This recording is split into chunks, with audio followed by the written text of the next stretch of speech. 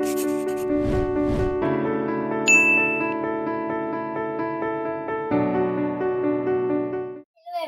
I am Bhoomika and today I would like to deliver a short message on the topic My Father, My Hero.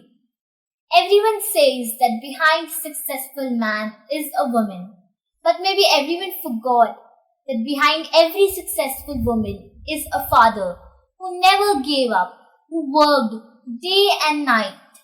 Dear Papa, this is for you. Maybe I couldn't have told you this ever. But today, I would like to tell you that no matter how much I trouble you, but you are still the number one father, my hero. No matter how much we fight, but still, we are the best daughter and father team ever. I know I'm a ray of hope for the future.